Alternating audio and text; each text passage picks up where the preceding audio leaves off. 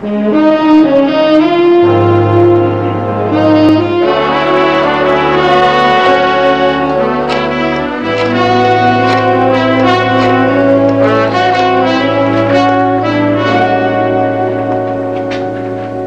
Britt Reid, please. This is Pat Allen at the office. Well, when do you expect him? This is important. Then can you try to reach him and have him call me back on the nightline? I need his okay on something. No, it can't wait till morning. Look, I'm sitting on a hot story and I have to have his permission to break it wide open. Yeah. Okay. I'll be right here.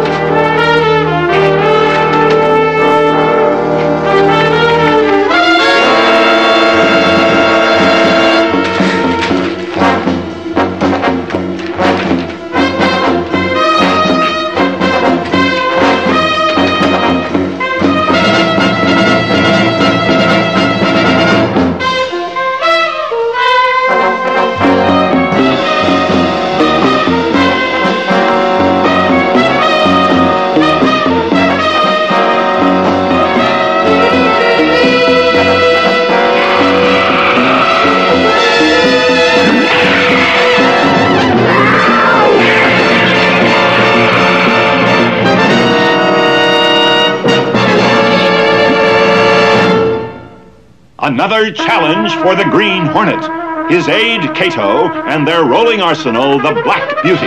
On police records, a wanted criminal, the Green Hornet is really Britt Reid, owner-publisher of the Daily Sentinel. His dual identity known only to his secretary and to the district attorney. And now, to protect the rights and lives of decent citizens, rides the Green Hornet.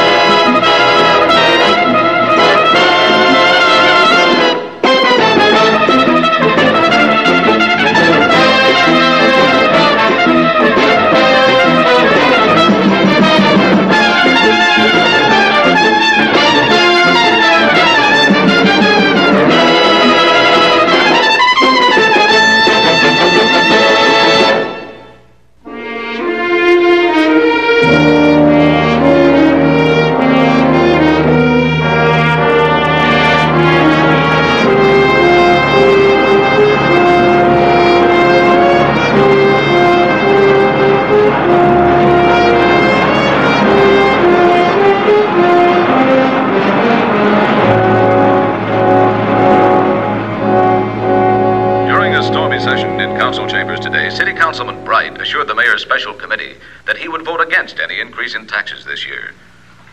And here's an additional note on the bizarre death of Daily Sentinel reporter Pat Allen.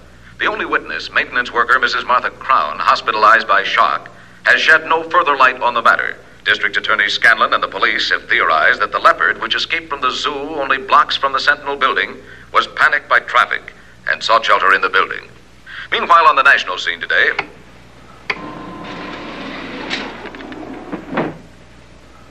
But how could the leopard have gotten to the city room 8 floors above the street? And why would it kill Pat Allen? That's something we have to find out. How's Mike taking it? Badly. He's in there now cleaning out Pat's desk.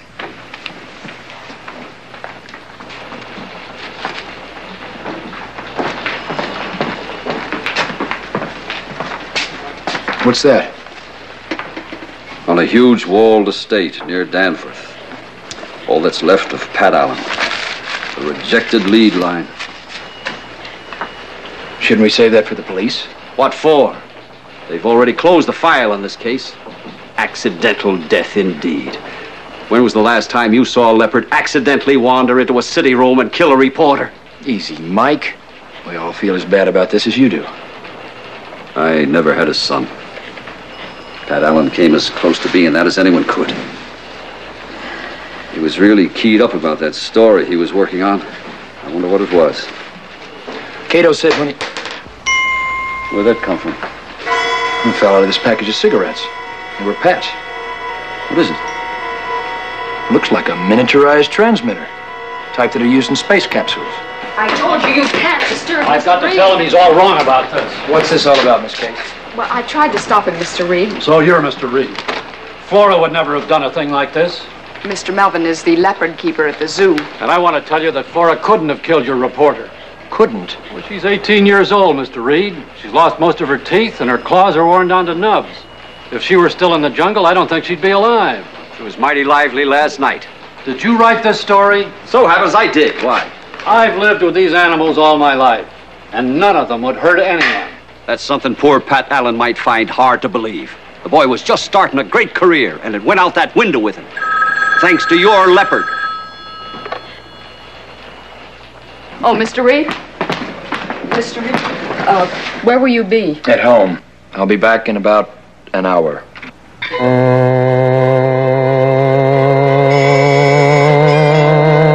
I think you got a pretty tight case, Captain. I'll send one of my deputies over in the morning. Yes, I'll be waiting for your letter. Thank you. Oh, Mr. Scanlon. Yes. Here's the gemologist report. Thank you. Yeah, that's interesting. That's very interesting. I'll be gone for about an hour or so. Right.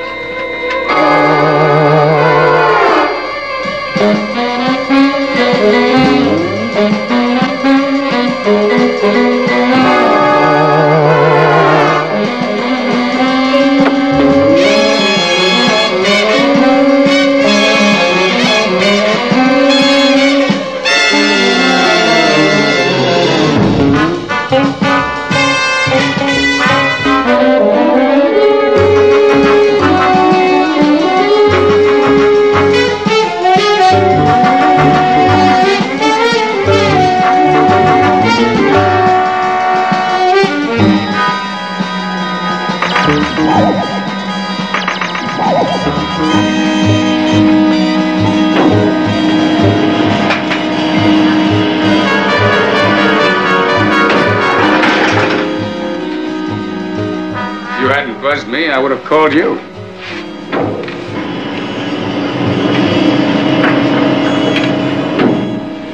There's one piece of evidence that I withheld from the press.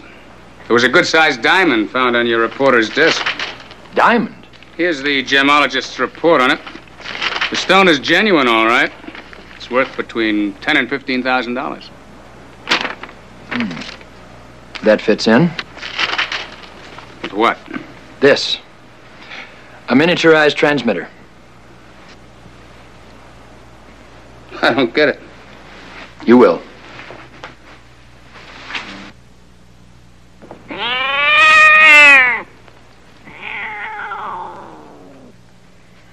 Now do you understand? Should I?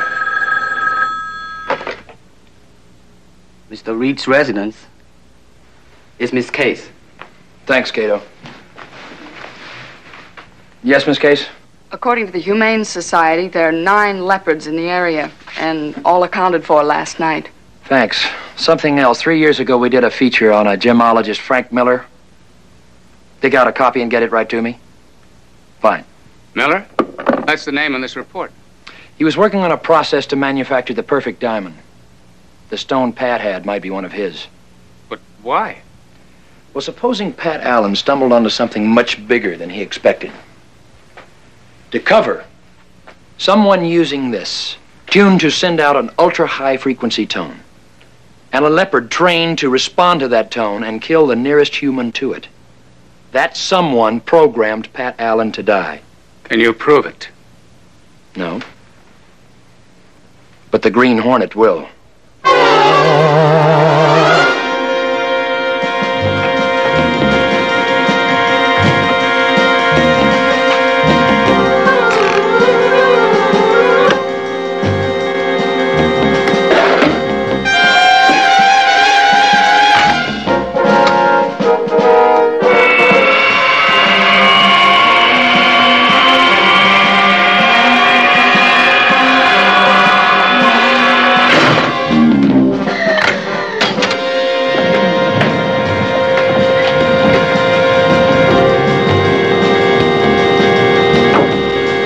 Check the scanner, Cato.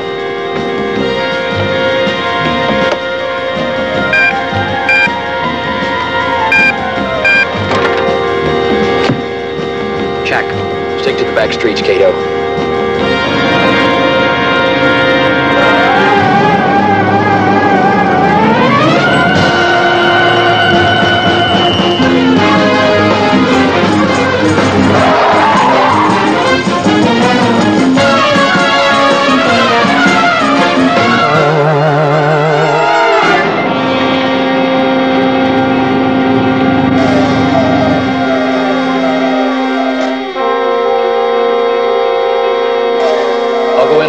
Cato.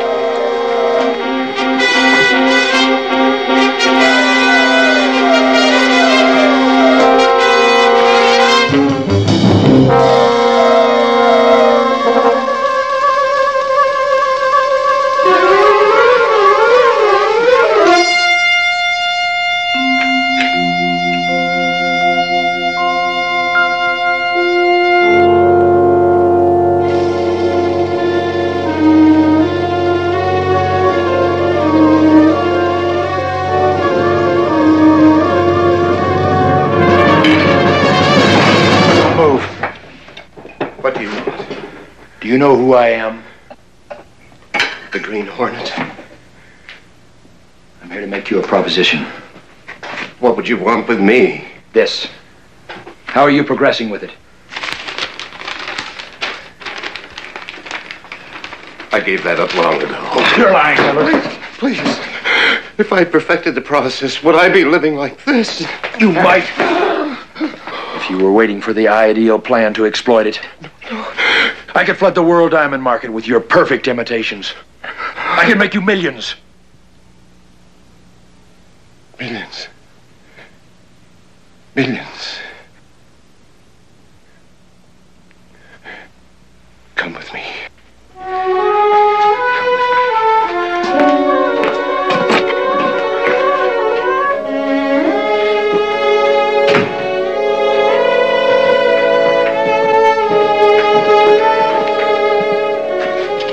This is the oven.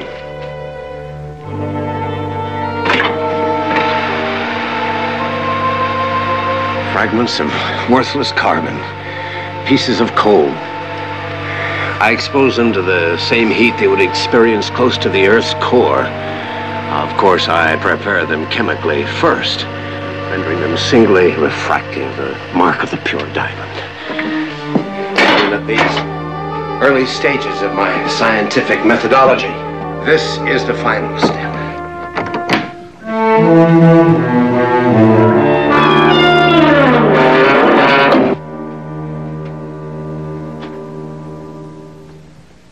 Come closer.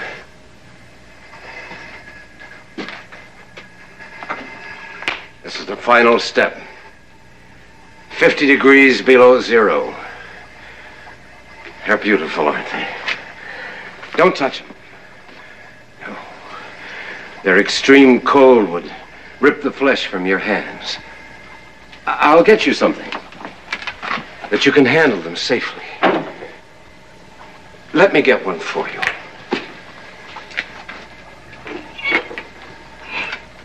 There. Isn't it beautiful? Examine it. Look at it. Have a good look at it. Examine it closely.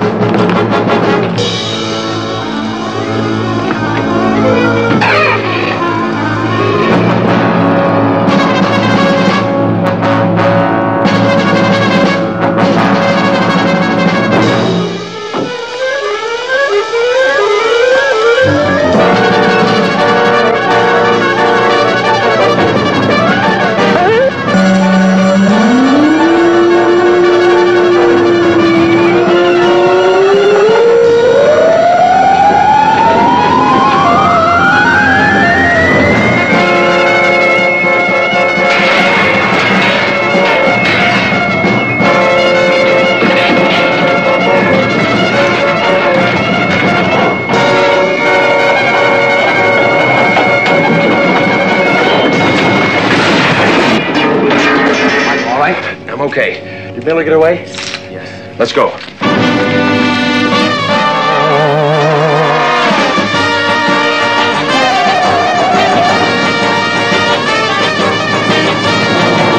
Cato, at Activate the scanner generator. Activated.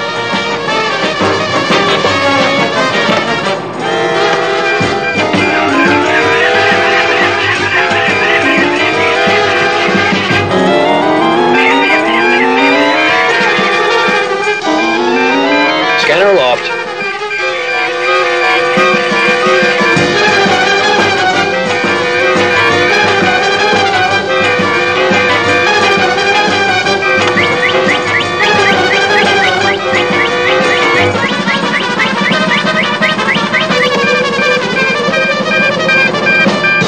Got him, Cato. Coordinates 2, 47, and 19. Let's go.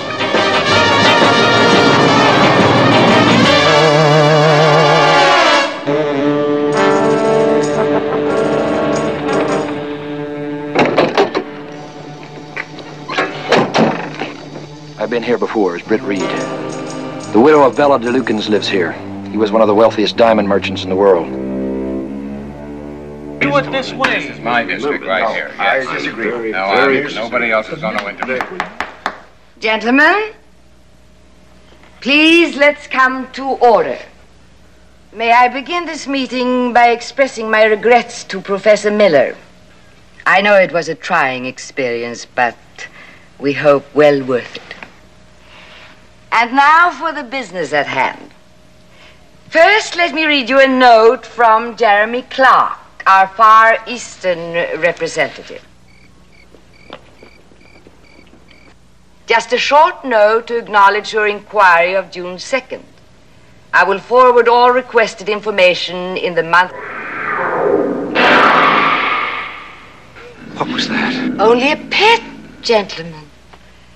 And also my burglar alarm.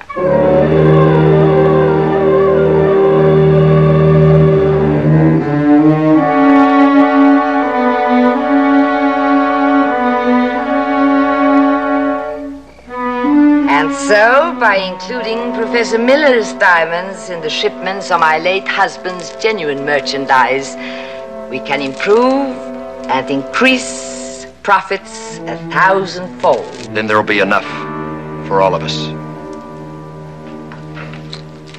You told me you got rid of him. I thought I had. The Honorable Mr. Miller. Please. I was frightened. No need to be.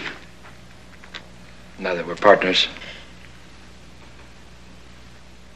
I don't know of any such arrangement. 5 years ago, I accepted the responsibility to manage my late dear husband's business. It does very well, and it's quite legitimate. Naturally. But you cut me in, or I cut you out. And I want half. And how do you propose to do that? By informing the International Diamond Merchants Association of your operation. You know my terms. Take them or leave them.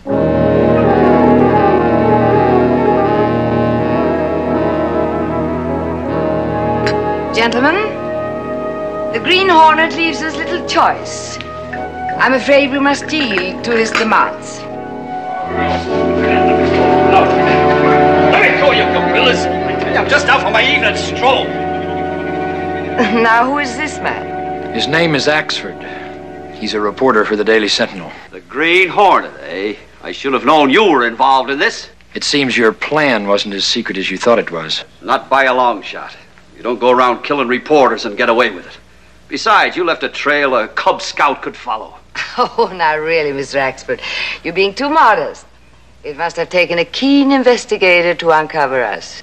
How did you find us? Easy. Knowing the cops had closed the case, I went to Pat Allen's apartment and shook it down real good. And what did you find there? A piece of paper in one of Pat's jackets hanging in the closet. And your name on it. And the address of one of those electronics outfits. They told me you bought quite a few of those transmitters. Didn't take much guessing to figure out who planted one of them on Pat.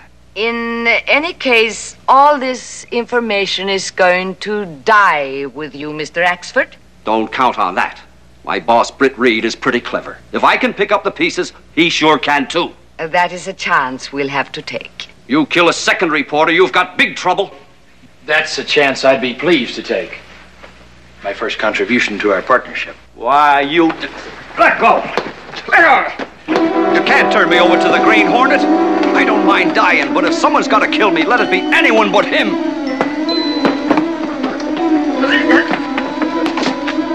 We'll take him.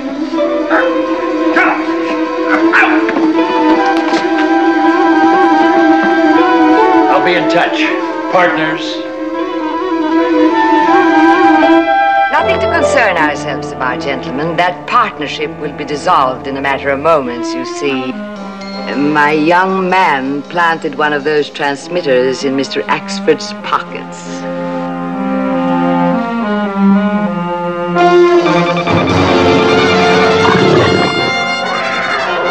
She's released the leopard. Double cross. Now, isn't that beautiful, Wyatt? We better make our stand here. That cat can outrun us.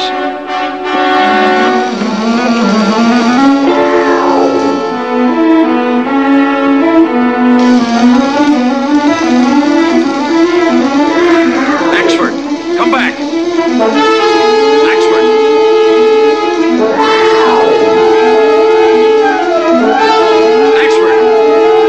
Axford, the cat's after you.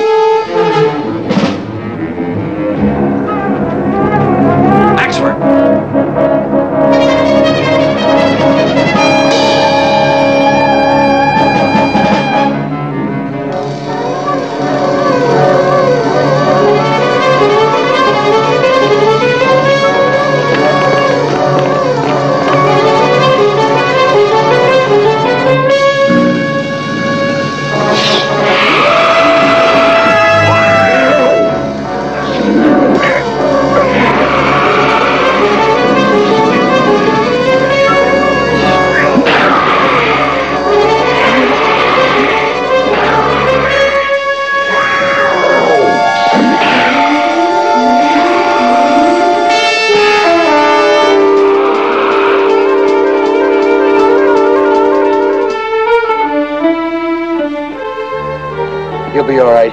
You just got a whiff of the gas.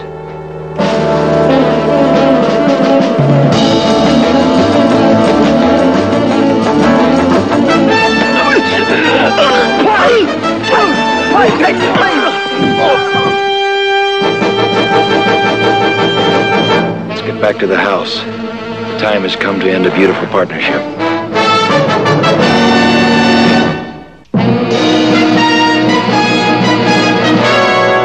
You're a 14-carat hero, Mike. We're all very proud of you. Well, thanks. But that blasted Green Hornet. First, he knocks me out with the green gas, even though it saves my life. Then, he leaves that gang tied up for me like a gift package. Makes me wonder if he's as bad as I think he is. Pretty confusing, isn't it? I'll say it is. Next thing you know, he'll be helping old ladies cross the street.